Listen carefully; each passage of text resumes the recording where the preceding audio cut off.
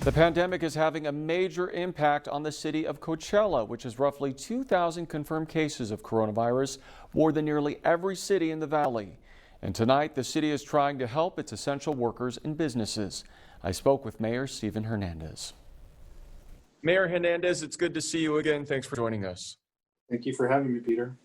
About a week ago, you mentioned that the city has a $5,000 grant for businesses to help set up outside dining as well as other programs to assist with the impact of coronavirus.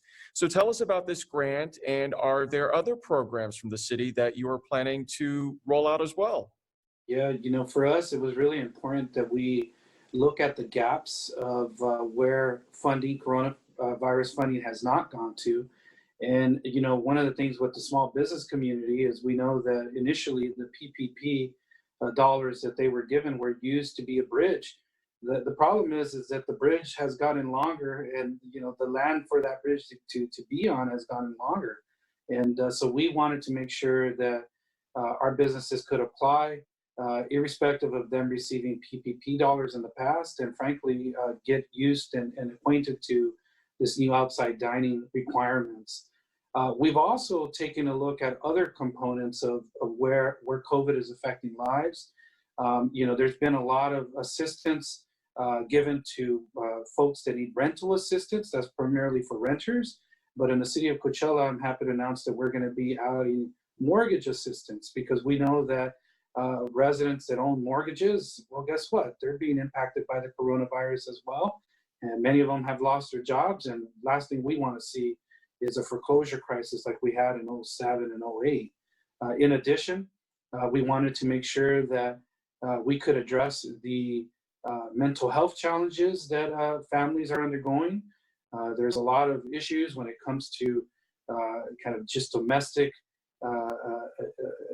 abuse or just domestic arguments happening between couples, as well as kids that are undergoing a lot of different trauma because they don't get to see their friends, or they're not in school, or they're in the home all the time. And so for us, mental health is another avenue that we addressed. And lastly, we addressed youth and youth in COVID.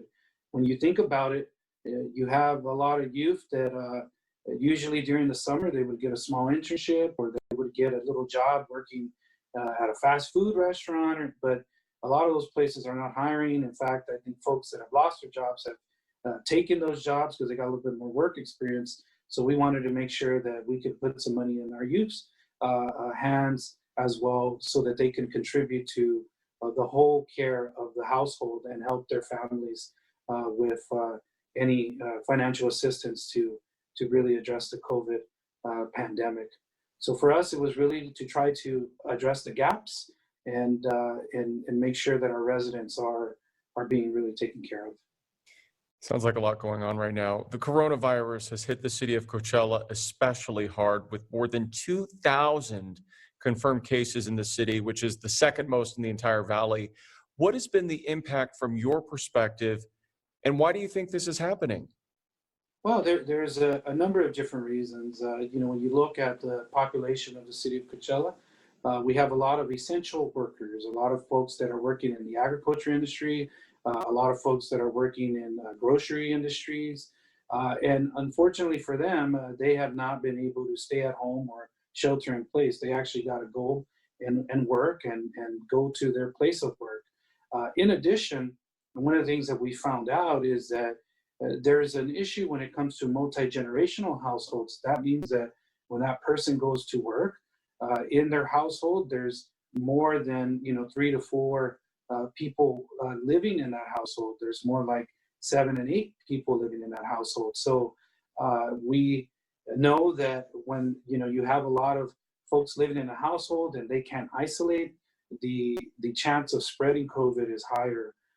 I'm very, very happy to please that we partnered and worked with the County of Riverside, and they're going to be voting on an item tomorrow that's really targeting farm workers and making sure that the farm workers, that if they get sick, that they can have a place to socially isolate in a hotel or in a trailer that's being provided. But more importantly, there also is a provision that they would be able to pay for up to $2,000 in lost wages And what happens a lot of the times with our workers in Coachella is that they don't want to miss work because if they miss work, that's the difference between providing a further household, paying that mortgage, or ending up, on the streets because through foreclosures, etc. So the good thing is that there is some help on the way, and at the end of the day, we got to make sure that we protect our most essential workers who unfortunately have not been able to shelter in place.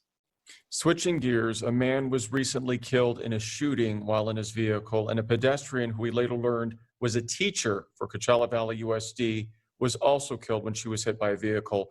Does this incident, along with other reports of shots fired, concern you? And is the city also still committed to establishing its own police force instead of having a contract with the Riverside County Sheriff's Department? Yeah, I think that the issue of the contract is a separate issue completely. I think right now we have a contract with Riverside County. We have a job to do to provide public safety. We, for the longest time, were on the downturn when it came to crime and deaths in our city. Unfortunately, this year we've seen probably about 3 murders that have occurred. We have talked as a city administration, as a council, and we're dedicating more resources to make sure that we can address that and then really get to the root causes of why there is shooting occurring, and particularly so young.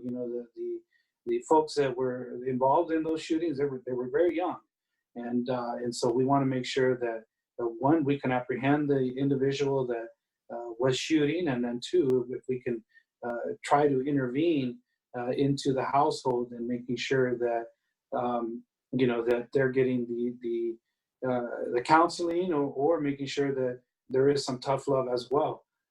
Public safety is our number one priority, and I think it's the number one priority in every city. All right, Mayor Hernandez, we appreciate your time. Great to see you again. Thanks for joining us. Thank you, Peter. Riverside County has unanimously approved the new program to protect farm workers and their families, providing temporary housing options if they can't self-isolate, and provide a $2,000 stipend to cover lost work hours.